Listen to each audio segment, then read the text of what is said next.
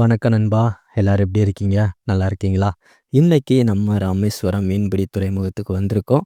ராமேஸ்வரம் மீன்பிடி துறைமுகத்தில் ஒரு நாள், அதாவது காலையில் எந்த மாதிரி அந்த மீன்களை இறக்கி அதை வந்து எப்படி எடை போட்டு அதுக்கப்புறம் அதை வந்து எப்படி வண்டியில் ஏற்றுறாங்க, அது மட்டும் இல்லாமல் இன்னைக்கு என்ன மீன் அதிகமாக கிடச்சிருக்கு, அதாவது ஒரு மீன் வந்து டன் கணக்கில் இறங்கியிருக்கு. அந்த மீனை பற்றி எல்லாத்தையுமே உங்களுக்கு வந்து டீட்டெயில்டாக சொல்கிறேன். நீங்கள் ஒவ்வொரு ஊரில் இருந்து பார்க்கலாம். இதுவரை நீங்கள் ராமேஸ்வரம் வந்திருந்தாலும் ஒரு நாள் கூட விசிட் பண்ண வாய்ப்பு கிடைக்காம இருந்திருக்கலாம். அவங்களுக்கு இந்த வீடியோ வந்து சமர்ப்பணம். நீங்கள் இந்த வீடியோவை பார்த்தாவே கிட்டத்தட்ட வந்து ராமேஸ்வரம் துறைமுகம் எப்படி என்ன நடக்குது, எப்படி வந்து அந்த மீன்களை இறக்குறாங்க, அதுக்கப்புறம் அந்த மீன்களை எப்படி எடை போட்டு வண்டியில் ஏற்றுறாங்க, ஷிப்பிங் பண்ணுறாங்க அப்படின்னு சொல்கிற என்டையர் திங்ஸும் இந்த ஒரே வீடியோலேயே இருக்கும். உங்களுக்கு பார்க்குறதுக்கு உகந்த ஒரு கிளாரிட்டியில் இந்த வீடியோ வந்து இருக்கும். ஓகேங்களா? ஸோ இப்போ இறக்கிட்டு வர்றாங்கல்ல, அதுதான் இந்த மீன்.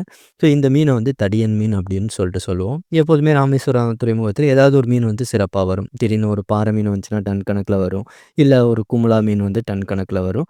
இன்னைக்கு இந்த தடியன் மீன் வந்து டன் கணக்கில் வந்திருக்கு. ஸோ கிட்டத்தட்ட இந்த என்டையர் ராமேஸ்வரம் துறைமுகத்துலேயும் ஒரு 2லேருந்து 3 டன் தடியன் மீன் வந்து கிடச்சிருக்கு. அது எல்லாத்தையுமே நீங்களே பாருங்கள்.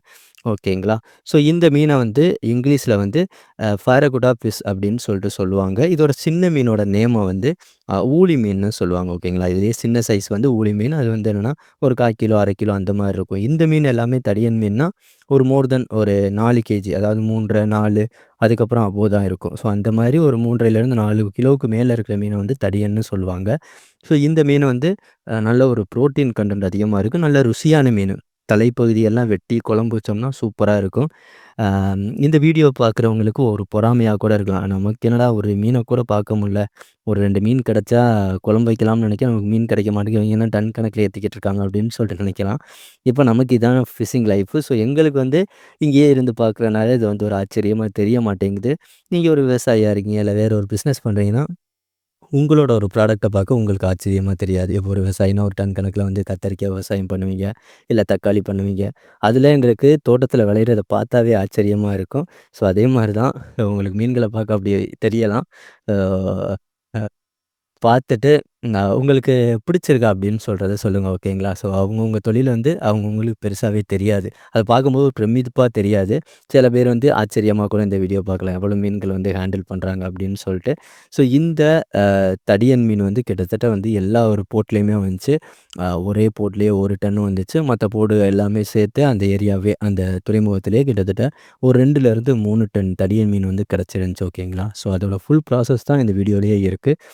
சுற்றி சுற்றி அந்த ஏரியாவில் நடந்த அந்த மீன்களை வந்து ஹேண்டில் பண்ணுற விதம், அதை வந்து எப்படி ஏற்றி விடுறாங்க, அது எல்லாத்தையுமே வந்து இந்த வீடியோவில் வந்து நம்ம கொடுத்துருக்கோம்.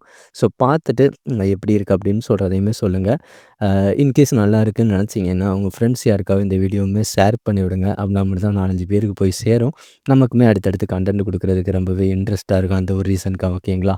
ஸோ மறக்காமல் ஒரு தம்ஸ் அப் பண்ணிவிட்டு இந்த வீடியோ நல்லா இருக்கா அப்படின்னு சொல்லிட்டு கமெண்ட் பண்ணிட்டு போங்க நண்பா.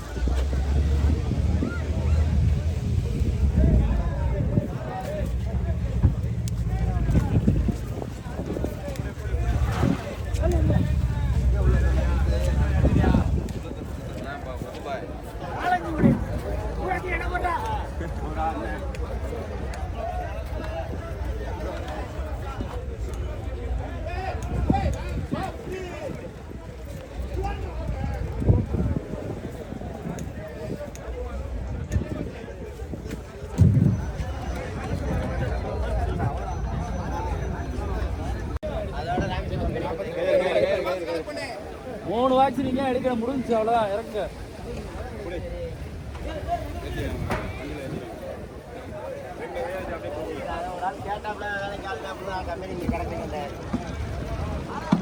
நான் முடிச்சு உங்களுக்கு போன் பண்றேன்.